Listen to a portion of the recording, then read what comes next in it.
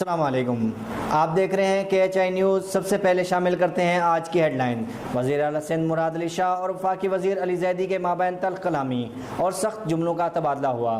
ذرائع کا کہنا ہے کہ دونوں رہنماؤں کے درمیان تلخ کلامی کراچی ٹرانسفارمیشن پیکج سے متعلق 16 جنوری کو منعقدہ اجلاس میں ہوئی اور علی زیدی نے اجلاس سے جاتے ہوئے مبینہ طور پر مغالطات بھی بکی تھیں۔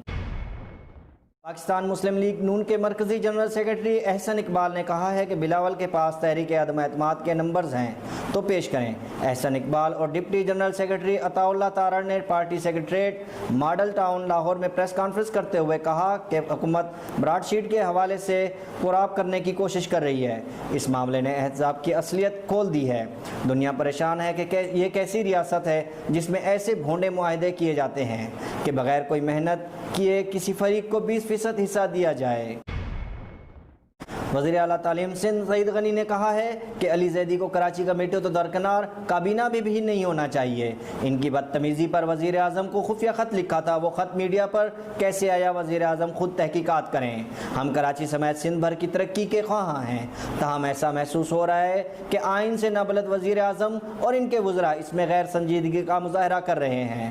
وزیر اعلیٰ سندھ کی جانب سے کور کمیٹی کے اجلاس میں وفاقی وزیر کی جانب سے کی جانے والی بدتمیزی پر نہ انہیں اس وقت کوئی جواب دیا اور نہ ہی یہ بات ہماری جانب سے کہی گئی، تاہم ایک خفیہ خط وزیر اعلیٰ سندھ کی جانب سے وزیر اعظم کو لکھا گیا۔ اس کو نہ صرف اس بات کو لیک کیا گیا بلکہ اسے میڈیا میں دیا گیا۔ وفاقی وزیر داخلہ شیخ رشید کا کہنا ہے کہ براڈ شیٹ سے ابھی بہت سی چیزیں نکلنی ہیں۔ $100 ملین کی مزید جائیدادیں سامنے آ رہی ہیں۔ لاہور میں پریس کانفرنس کرتے ہوئے وفاقی وزیر داخلہ شیخ رشید کا کہنا تھا کہ PDM کو الیکشن کمیشن کے باہر فری ہینڈ دیا گیا اور اب بھی انہیں پرامن اجلاس کی اجازت ہوگی۔ مولانا فضل الرحمان نے کشمیر اسرائیل کے نام پر قوم کا وقت ضائع کیا، وہ خود اپوزیشن کے پیچھے لگ کر خراب ہوں گے۔ بلاول زرداری بالغ اور سمجھدار ہو گئے ہیں۔ انہوں نے کہا کہ جلسوں سے کچھ نہیں نکلا، عدم اعتماد ان کا حق ہے۔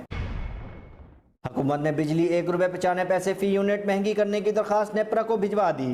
حکومت کی جانب سے بھجوائی گئی درخواست پر نیپرا فیصلہ دے گا اور نیپرا کے فیصلے کے بعد پاور ڈویژن نوٹیفیکیشن جاری کرے گا۔ ذرائع کا کہنا ہے کہ نیپرا حکومتی درخواست پر سماعت کے بعد یا بغیر سماعت کے فیصلہ دے سکتا ہے، تاہم امکان ہے کہ نیپرا حکومتی درخواست پر سماعت کے بعد ہی فیصلہ دے گا۔ کراچی پاکستان مخالف نعروں، اشتعال انگیز تقریر اور دہشت گردی کے 2 مقدمات میں شناخت پر ریڈ کے دوران اہم گواہ پولیس انسپکٹر نے 7 ملزمان کو شناخت کر لی۔ انسداد دہشت گردی کی خصوصی عدالت کے روبرو پاکستان مخالف نعروں، اشتعال انگیز تقریر اور دہشت گردی کے 2 مقدمات کی سماعت ہوئی، جس میں MKM پاکستان کے عامر خان، ڈاکٹر فاروق ستار اور شاہد پاشا سمیت دیگر پیش ہوئے۔ مزید معلومات کے لیے وزٹ کیجیے ہماری ویب سائٹ www.khi news